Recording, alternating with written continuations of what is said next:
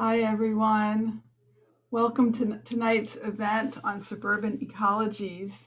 I'm Julia Lupton, and I am the Faculty Director of Illuminations.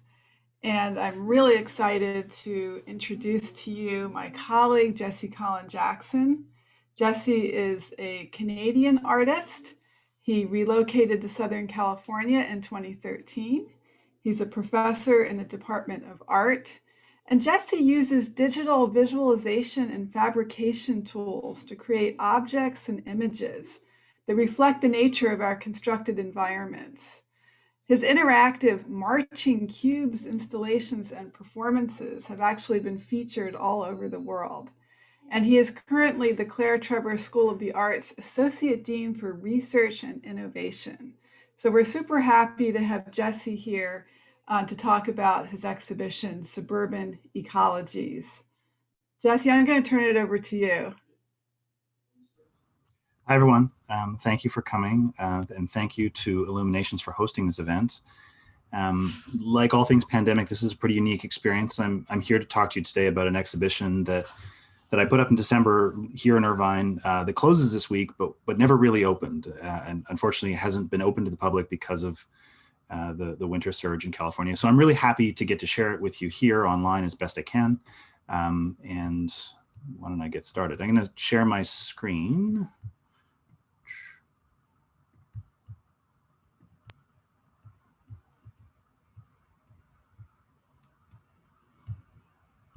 So I wanted to start actually with an interesting point. The Illumination staff put together this poster and used this image, which actually isn't from the show, but it's a pretty interesting example to have picked. I mean, it was picked from my website, and it's a one-off project. It's actually in Vancouver. Hello, people from Canada. And it's representative of how I've been working lately, so it seems like a nice place to start. This is called Every Oil Tanker in the Port of Vancouver on May 22nd, 2019. And it captures 5 different tankers that are present in the Port of Vancouver on a single day in 2019. As Julia said, I explore the architectures we construct, from buildings to landscapes to virtual worlds, through objects and images made with digital tools. And in this case, I'm using the tools of digital photography to bring an architecture we have constructed, this global system of oil infrastructure, and how it relates to local particularities, the infrastructure of Vancouver that's specific to Vancouver, into focus. And the method is in some ways objective. Per the title, it literally is every oil tanker that was in the Port of Vancouver on May 22nd, 2019. But bringing this information together is more subjective and open to interpretation. And I think you'll see these same characteristics present in the work in the show. Another characteristic of this work that's of interest today is the way I like to present the work, when I first make it. And in this case, this print hangs in a lobby that overlooks the harbor depicted in the image. And so when you visit this image, you're constantly in conversation with its subject. And this is something I'm always able to do, but it's something I'm very interested in doing. And that's very much the case in Suburban Ecologies, which of course is in and around Irvine and Orange County, where I now live. I'm going to read you this text. It's the only text I'm going to read, and then I'm going to talk more kind of casually about the work. And I just wanted to give you a sense for how the work is laid out in the gallery itself. Suburban Ecologies brings together 6 interlocking projects conceived in response to the natural and built environments in which I now live. The repeating architectures of the City of Irvine, the competing waterfronts of Orange County, the topographic space defined by the Santa Ana River. The Great Park Gallery, located at the center of both the city and the county, provides an ideal venue for the work. In the larger room here, the ocean front of Orange County's 6 beach cities is aligned with a scale model of the landform it faces, number 5. Opposite these are projected films that represent a cross-section of this landform, moving from sea level to summit and back again. In the smaller room, sort of 2 and 3, recurring housing units collapsed into images surround a sculpture that turns suburban development logic into an abstract form. And taken together along with a COVID-19 inspired project in the lobby, the work expresses the commonalities and contradictions of Orange County's overlapping ecologies. Show is curated with Adam Sabolick, who is going to come join us later. This completes a cycle of creative work that started basically when I moved to Southern California in 2013. Speaking of Southern California, I'd like to take a moment to acknowledge the places depicted in Suburban Ecologies, the lands, the waters that pass through these lands to the ocean, are the traditional and unceded territory of indigenous peoples, the Tongva, the Kaihuila, the Luiseno, and the Akmen, or the Ashmen, apologies. These projects are strongly informed by our colonial systems and interventions. And you'll see that in a few different projects, the way that, the project is actually about the things that we have done to these places, since the time that we first came to California. So I'm going to take this text and I'm going to break it into, I'm going to show you 4 projects in some detail. The first one is this curvilinear oceanfront of Orange County's 6 beach cities. You see it on the left.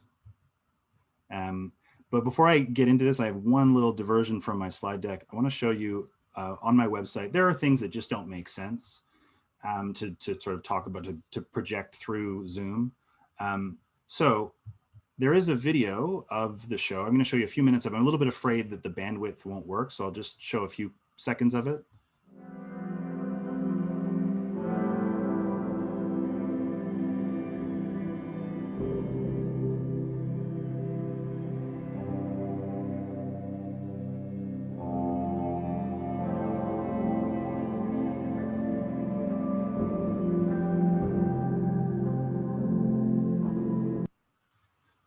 Also wanted to point out, and the virtual tour where you can, this is what we do now for exhibitions. We make virtual tours since we can't go into spaces. And so you can walk yourself around through the exhibit and so on. But also, again, best done on your own. Let me get back to my slide deck here.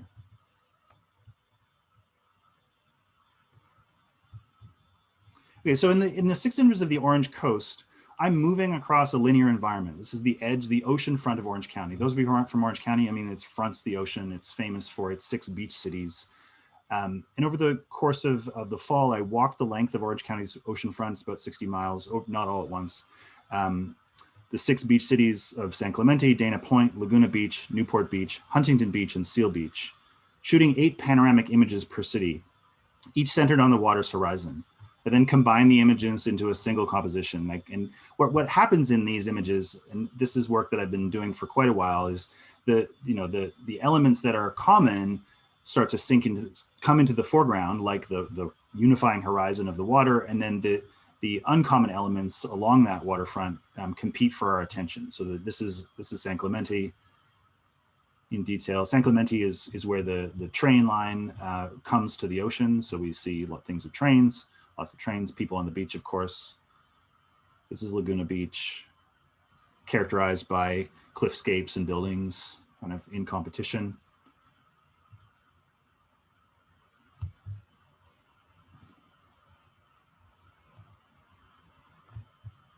And I want to show you how these work. I'm mostly going to talk to you about how I make the work. Meaning we'll tease out in conversation with others afterwards.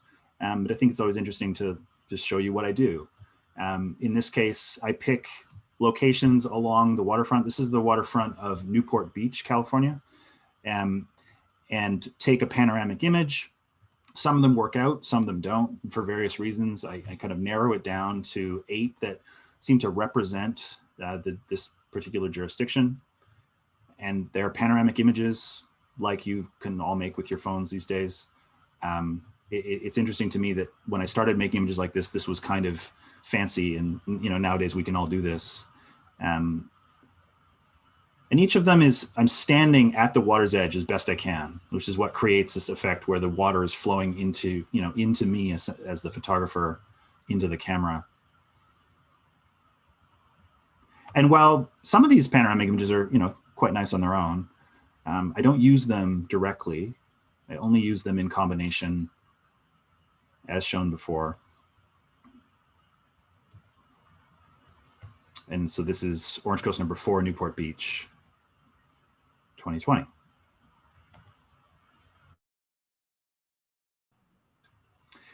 So these images are sitting in front of a sculpture called Marching Cubes Watershed number 2.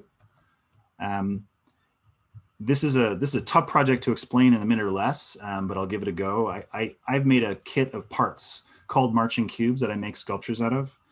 And in this case, I'm creating a watershed.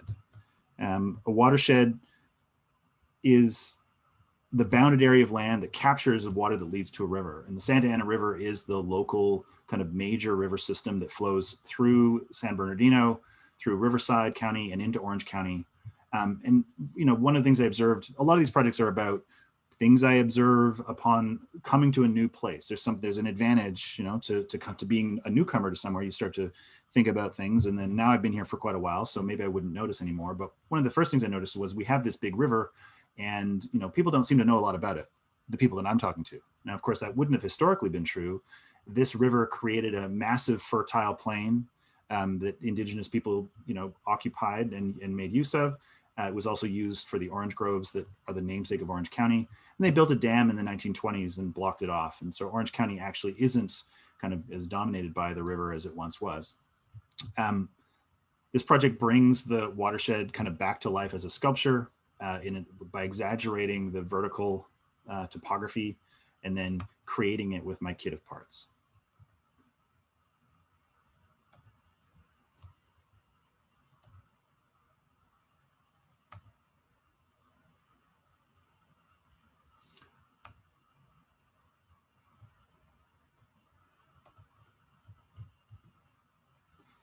Opposite the sculpture and kind of perpendicular to the oceanfront images are projected films that represent a cross-section of the landform, moving from sea level to summit and back again. This is another little bit of a complicated one to explain very quickly. But over 3 days in 2016, poet Nicholas Bradley and I cycled and hiked from the mouth of the river to the top of San Gorgonio Mountain. I'll sort of show you that trajectory. So from here to here and back again. And we wore cameras and recorded, a few tens of thousands of frames of still images along the way. Another way to explain this in the context of the sculpture is, we're moving through the fall line of the sculpture to its high point and then back again. So these pieces are all in conversation with each other. The mouth of the river in the sculpture faces the point on the images where it would connect with the ocean and so on. You see a lot of different things when you move up the Santa Ana River in the city into Riverside. This is the California Aqueduct as it crosses the Santa Ana River, which is a kind of particularly poignant moment along and the California Aqueduct, of course, brings water from the Colorado to Los Angeles. And into the mountains towards Big Bear, and then to the top of San Gorgonio Mountain, overlooking San Jacinto in the distance, all of which flow into the Santa Ana River to the west. As films, these are quite abstract.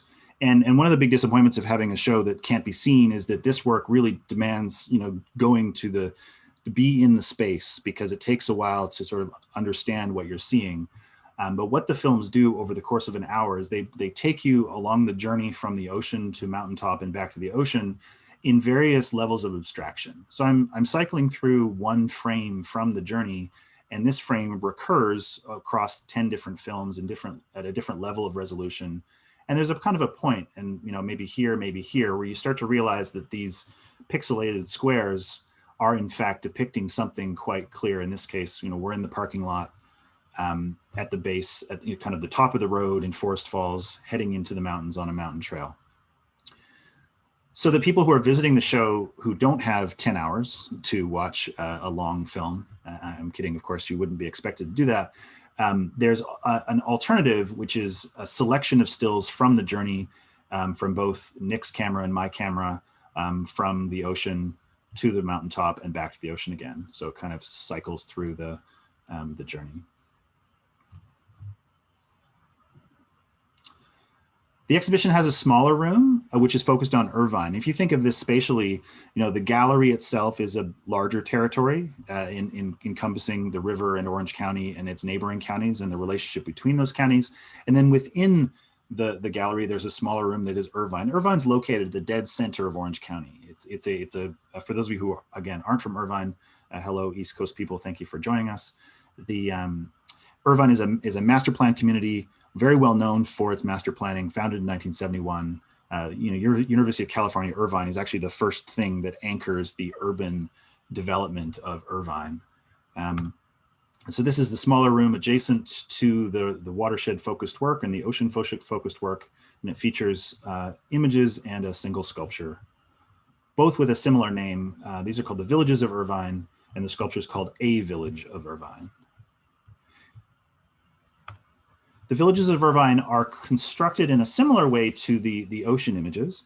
What I'm trying to do here is represent how individual buildings in Irvine, given its master plan nature and it's constructed very quickly, the buildings are subtly mirrored, shifted, and finished in ways that maintain predictability, but making it hard to find the exact copies. You could say that this project is about locating the exact copies and kind of mashing them together.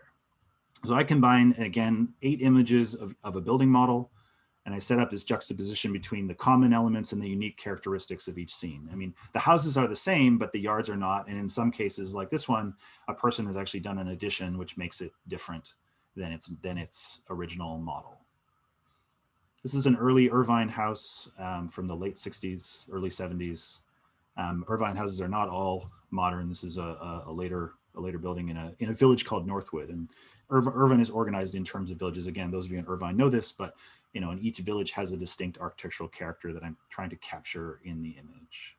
And some of the things, of course, we expect are all the infrastructure, the cars, the garbage cans, and so on. And in some cases, this would be hard to see in Zoom, but there is a person in the garage who I spoke to at some length and who was thrilled to be captured in the project and kind of encouraged me to go on, keep doing it.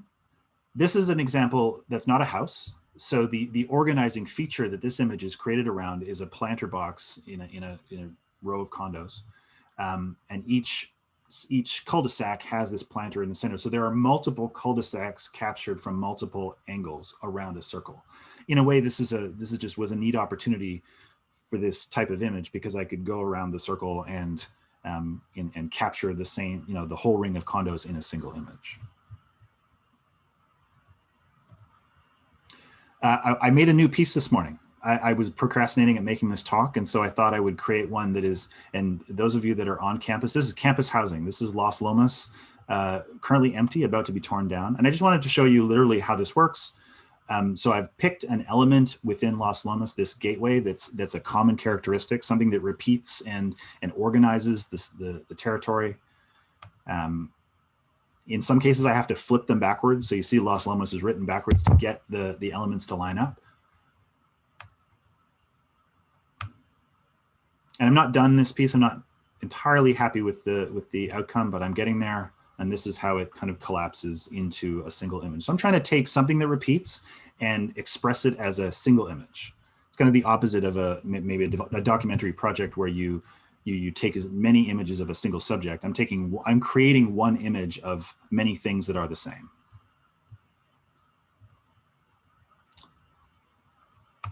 I'm actually going to skip over the last 2 pieces in the show. This is a sculpture that goes alongside the images in a kind of abstraction of suburban logic. And then there's a last piece in the show that was not originally intended. The show was planned prior to the pandemic, but because of the pandemic, it seemed like the right thing to do to include a piece created in conversation with the pandemic that we can talk about another time. But taken together, these 6 projects try to express the commonalities and contradictions of Orange County's overlapping ecologies.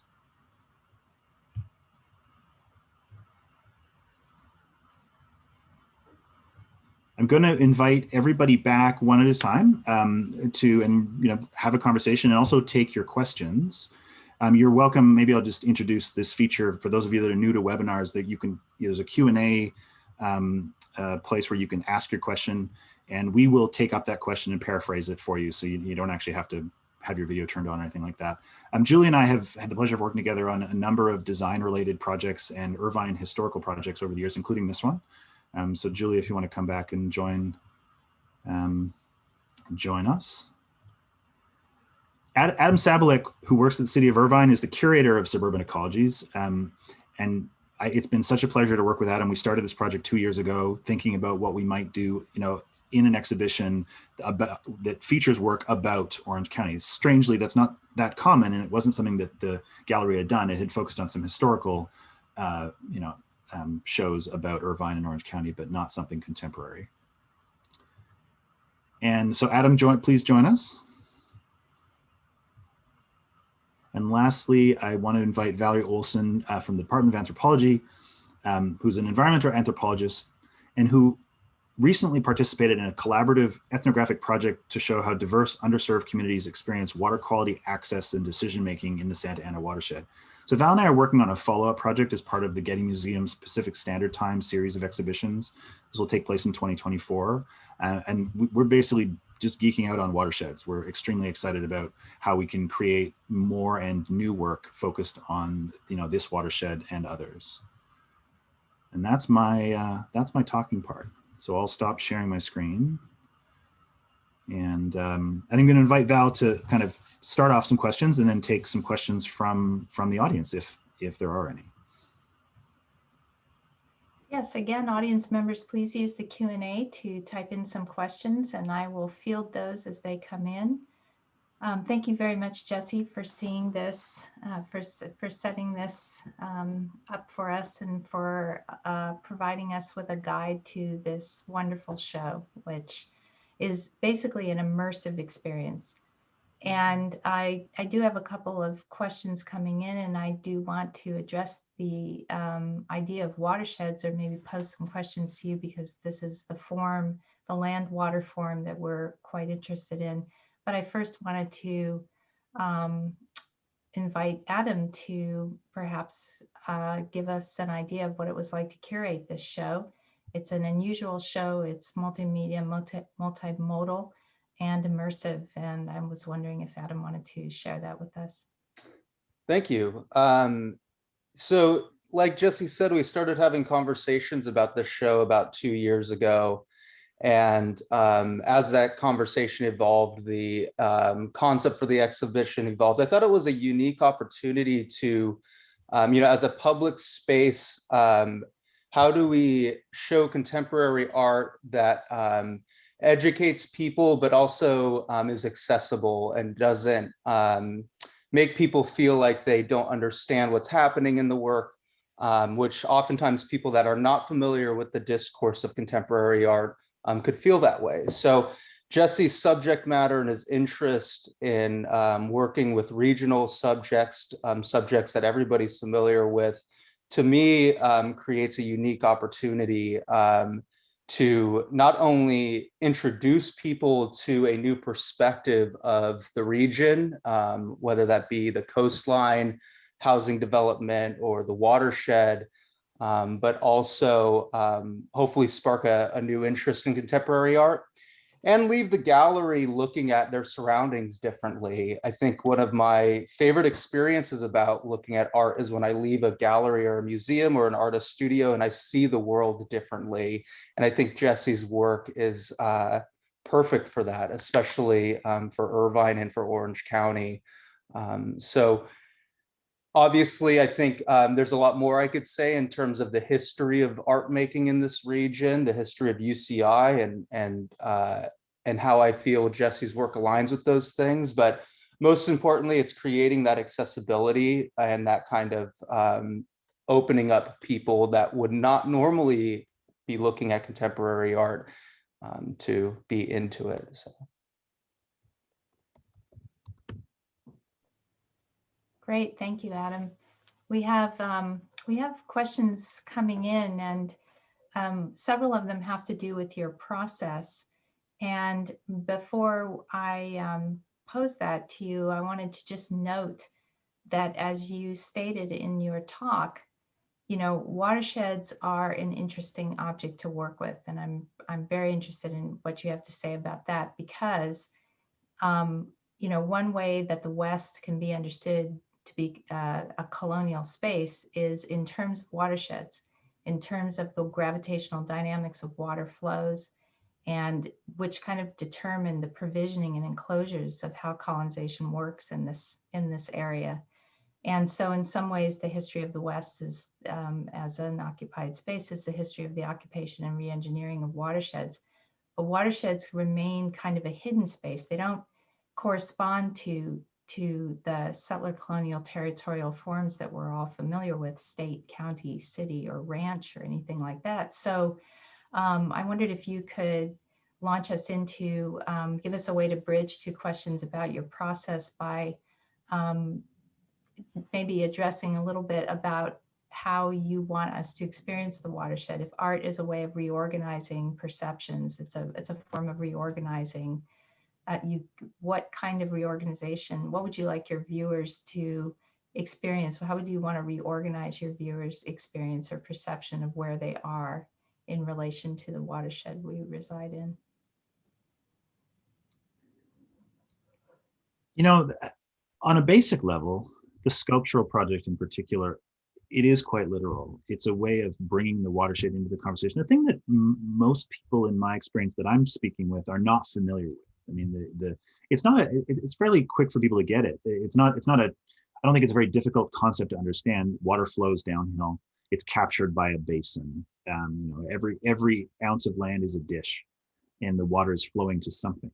The Great Basin of America is a dish that doesn't lead to the ocean. I mean, these are, and it's so, as Val points out, we organize territory in political terms most of the time. At least that's the first thing we go to. I think my interest in watersheds stretches back. I'm from a part of Canada, Vancouver and Victoria, where the watershed's intersection with the border is really complicated. You know, the region that is sometimes called Cascadia, or has been called Cascadia, that crosses the border. The mountains in America flow into Canada. And as a person who's interested in the outdoors, I go hiking and you hit a border. The border is complete. So the arbitrariness that is clear, and there's this other organizational structure, equally colonial, as you say. I mean, we define what the watershed is. We draw that line on a map. They overlap in far more complicated ways than lines on a map. It's a different way to think about territory, and in some ways a more useful way. And I apologize, Val, you were explaining to me literally yesterday the historical figure that was interested in reorganizing territory in terms of watersheds, and this wasn't taken up. And Jefferson reorganized America in terms of grids, and there are other ways we could reorganize territory even as colonists. And the watershed might be one that, as water becomes such an important issue, might be a useful one. I'm not really answering the question about the sculpture is it's showing you, here's the watershed. When we're in the show, when Adam and I are, we've been able to bring a few people including Val, to the show to talk it through. And you can point to the features, and that's Saddleback. Saddleback is a local landmark. You see it. It's in the video, actually. The video starts with an image of Saddleback kind of flying back. And we can point to that. There's work done there by, for the viewer. The films which transit the watershed are much more complicated. They don't immediately lead a viewer to, understand something literal about the watershed. They're much more experiential. And because they repeat in different type levels of abstraction, they're even, there's different forms of gauziness kind of blocking you from interpreting them literally.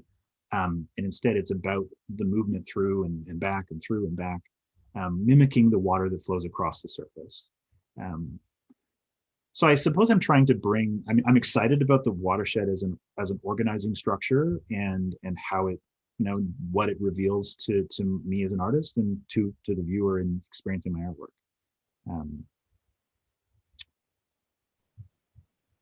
Great, thank you. And I think the concept of motion we can use to bridge to some questions here about the way that you create your images. So these are still images, but as Patricia Davila notes, they vibrate and are full of motion. So do you have this kind of experience for viewers in mind? Do you have a sense of how movement works? And if you experience this show, it is incredibly full of motion. You feel as if you're watching, as if the watershed is a dynamic. And that's actually how people who study watersheds understand it, is not necessarily as a place and as a dynamic. And so I think that we have a couple of questions here about your process in relation to motion and movement and how you translate that into your work. Yeah, and I'm thinking of Kaylin's question as well. Just a question of the predictability of the product seems like a similar question. Hi, Patricia. Hi, Kaylin. I struggle with this kind of question in general about intentionality. I am the thing that maybe this is an opportunity to bring a different. I'm going to be a politician here. I'm going to deep the question a little bit and talk about the most important part about the process for me. I try to create opportunities to be in the world. I like hunting the buildings down. It teaches me something about, the suburban space that's immediately adjacent to me. Basically, as a consequence of this project, I've gone to all these neighborhoods in Irvine that, even though I ride my bike around and I like to explore, and there's a situationist aspect to this where I'm trying to create games to go and force myself to experience corners of Irvine and corners of landscape that I wouldn't see. I don't like the beach that much innately. I'm not a beach goer, although I've now been on, I've walked the length of the beach.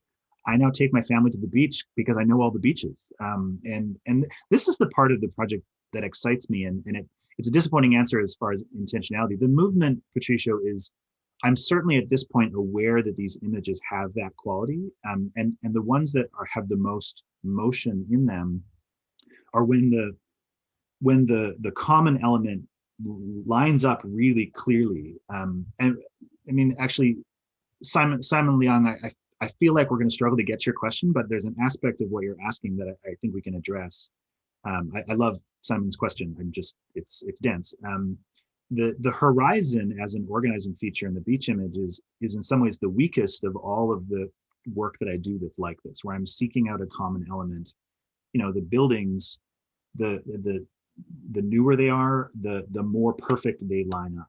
The very first image that I did like this was with a collaborator of mine named Tori Foster, and we picked a gas station. And it's funny because we've never picked another subject, either together or apart, that was as perfectly aligned. It turns out that in making these images, we're reverse engineering the design of a gas station. A gas station has to have exactly the same height so the trucks don't hit the overhead structure, because there's a great big fuel truck that shows up and fills the bays are perfectly spaced. And so there's a level of perfection in that structure, in that system, that isn't present in houses, which are, houses are comparatively crude as buildings. I mean, they decay and they settle and they don't actually perfectly line up. And then of course the horizon is a fairly perfect thing, but it's finite. It's liminal. It's just an edge, and then everything that pulls away from the edge is less perfect. So, but that's where the movement is coming from, and I'm interested as an artist and creatively in different ways of exploiting that effect, because it is quite, especially in print. I mean, I'm going to keep making excuses about the difference between the show on Zoom and the show in IRL, as the students say, and in real life. In real life, that effect of the common element projecting off the page and the uncommon elements kind of mixing into this jumble can be quite striking.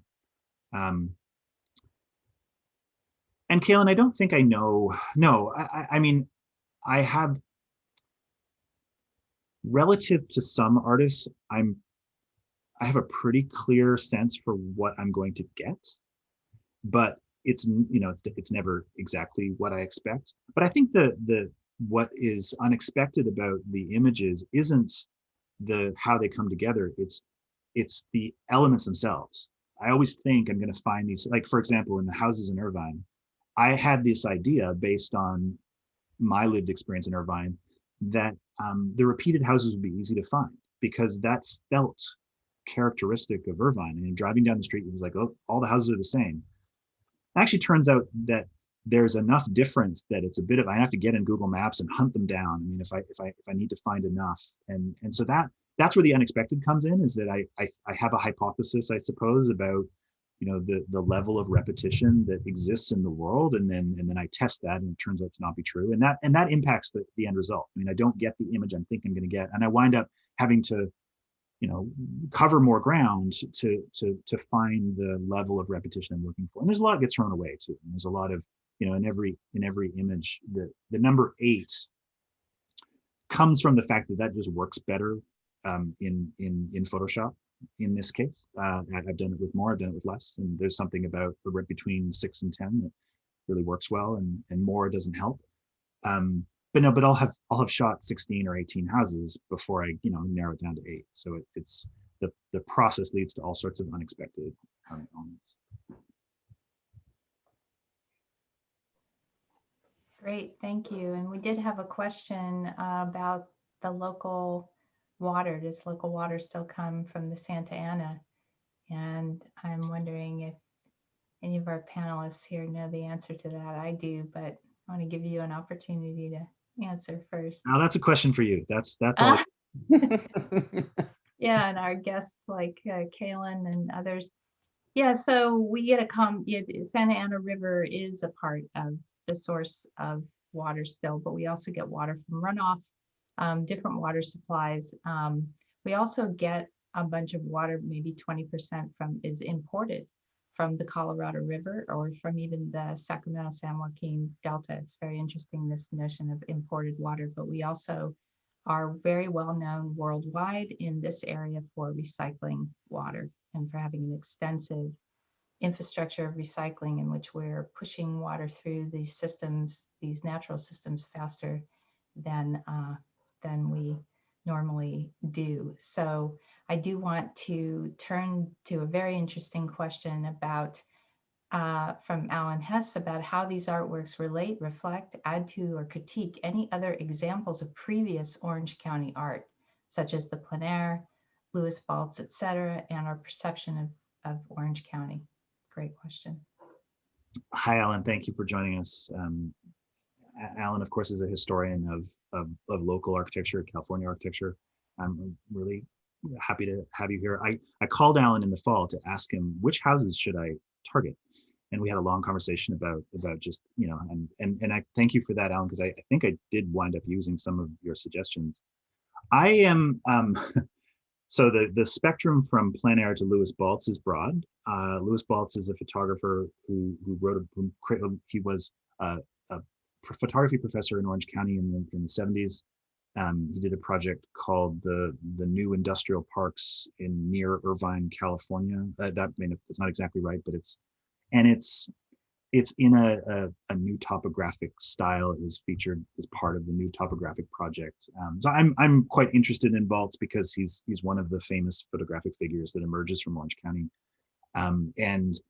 and he would document industrial buildings. I've avoided industrial buildings so far, even though they're a perfect subject for these mashups. They would actually have a level of perfection that the houses don't. They would probably repeat better, but I think maybe out of respect to Baltz, I've just so far not been. I haven't done a Baltz remake, but I probably will. I can't help it.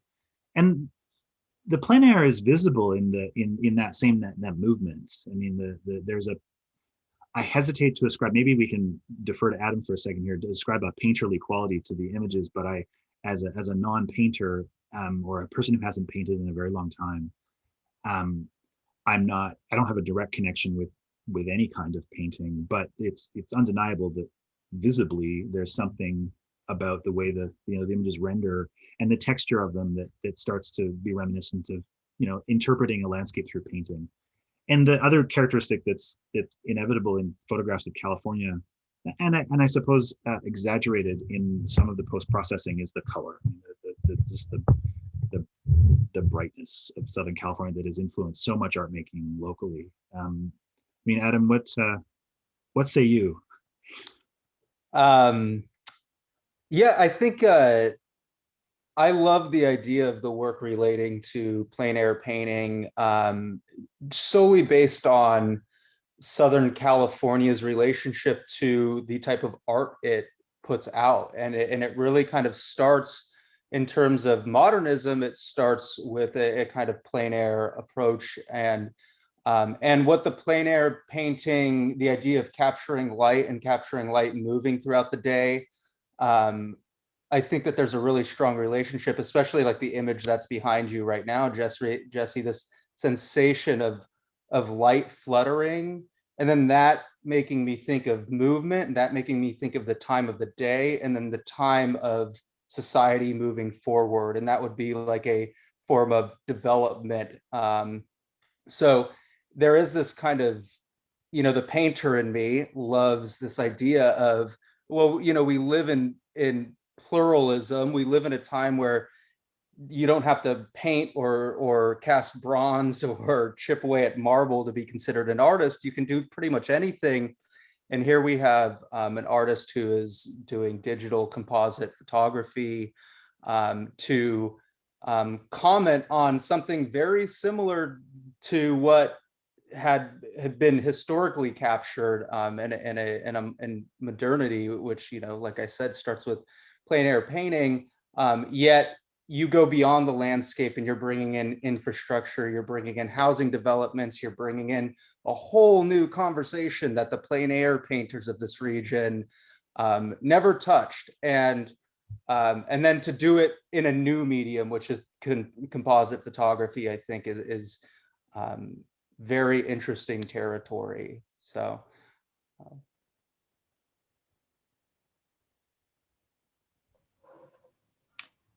Great. And following on that, thinking about what inspires you, Jesse, when you put this work together, I want to acknowledge Stephen Barker's question on the design dimension of your work.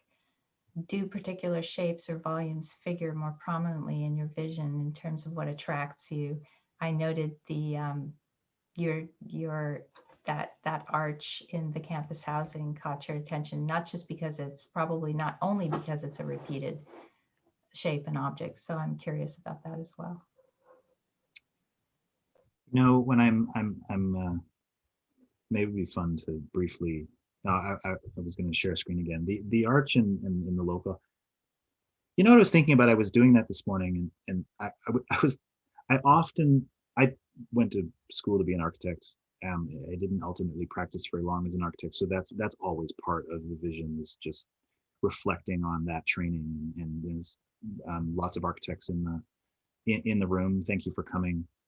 In some ways, those arches remind me of just the limited tools that an architect has. An architect is charged with the task of assigning shapes to the landscape, and there's not that much you can do, particularly in something like a housing complex that is relatively low cost and has to meet a budget. And so they're little stuccoed arches made of 2x4s and various other plywood and so on, and there's a lot of inventiveness. And I think I wind up being attracted by those strong forms because they work really well in image. They create, but what I'm thinking about, and maybe what attracts me to them, is just they're just so. I don't want to say they're impotent, because I don't think they are. I think they can be quite powerful, but it's a really limited thing in a way, and there's a lot of energy that goes into them. I mean, I can speak to this for sure. The architects that are doing this work, I mean, they just put their heart and soul into distributing these things in space and repeating them in clever ways and flipping them upside down and manipulating geometry. They are the master geometers of our universe, and we live in the space their mind's eye created, and have for a really, really long time. And especially in a place like Irvine, where these houses are not built individually. They're not built by. There's not a lot of. They're not very idiosyncratic, and people aren't making their own house. They're buying a house that there are hundreds, if not thousands, of variations and copies on, and if not in your neighborhood, and in the neighboring neighborhood, and there are hundreds of people and thousands of people that are sitting at desks, drawing these things, and nowadays kind of modeling these things. So that relationship with geometry that comes through architecture is present in all of the projects. I mean, I guess in some ways it's a childlike fascination. I still find the manipulation of simple shapes pretty interesting, and how many, the infinite variation that is possible through that process. Yes, to follow on from that, we have a question from Ivy Guild about the shapes, the geometry of the photographic image, obviously the pixels and the geometric solid blocks of the marching cubes. And, I think there's an interesting tension there between this square, this object that is kind of rare in nature, perhaps. I'm not really sure if I should say that or can say that, maybe not in terms of crystals and that kind of thing, but can you talk about that relationship and the tension that it creates in this world of flows and motion that you're working with? Well, I think it's fair to say that while there may be squares in nature, there are not nearly as many squares as squares we make. We are busy making squares. I mean, the Jefferson landscape reference, on forward, from Descartes forward, we're insistent on squaring off everything. And I will say, this is maybe a process answer that I hadn't thought of. The choice to pixelate the films were processed. I started talking to Adam a couple of years ago. We're going to do this show. I had footage of the river journey. The footage is not pixelated beyond the, visibly pixelated. I mean, it's pixelated because it's digital, but you can't see it. And I think I've been thinking about how that project would best sit alongside, and this is directly answering Ivy's question, sit alongside the Marching Cubes project, and did ultimately settle on, well, let's just double down on the variations of a square in different ways using different mediums.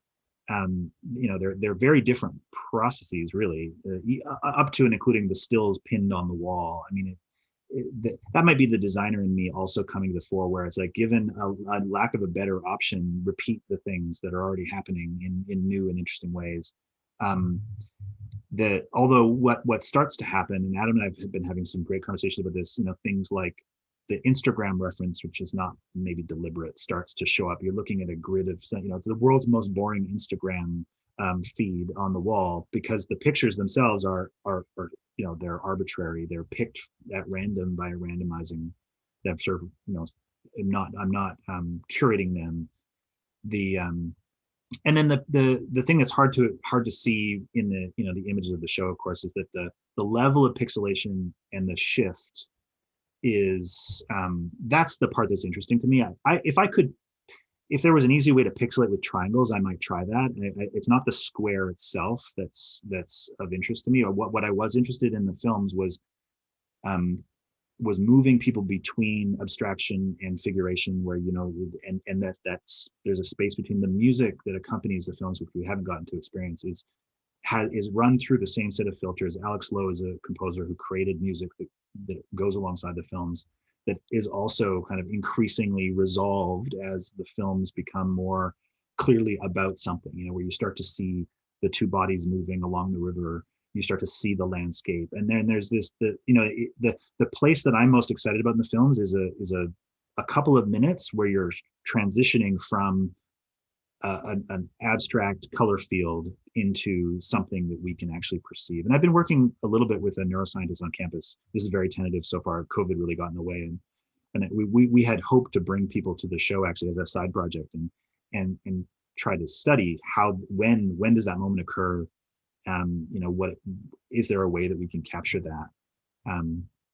Ivy, I don't know if I've answered your question super directly. I think the thing that connects something like Marching Cube, which is highly technical and sculptural, and then the photographs is just the binding technology.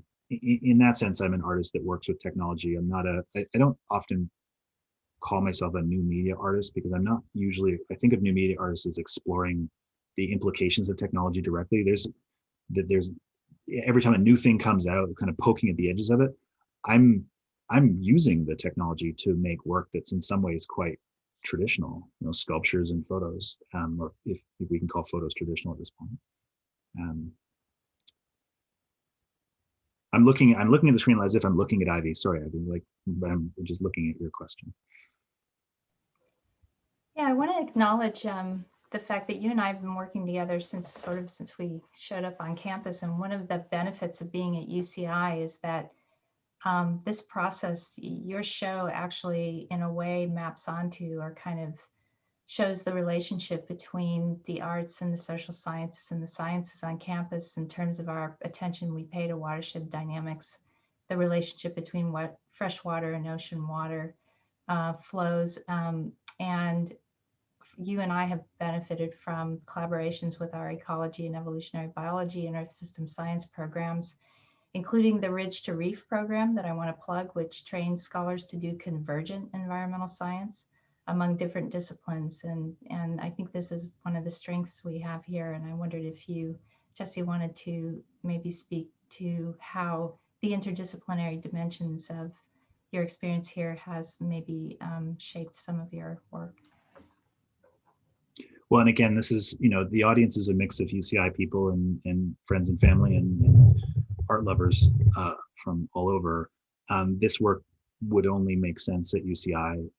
The opportunity to collaborate not only with Val, but with at least half a dozen people in the audience, and to constantly bring work into conversation. That's what's so wonderful about being an art professor at a major research university, is just that you're able to constantly check in with other fields. I've had some interesting experiences working with anthropologists in the past. I have a project in the Canadian Arctic that's never actually come to fruition as an art project, but was a very formative experience creatively, because of the tension between what an artist does and what an ethnographer does. And an artist is a kind of a comparatively selfish actor. I mean, they kind of create things that are often in conversation with themselves and with other artists.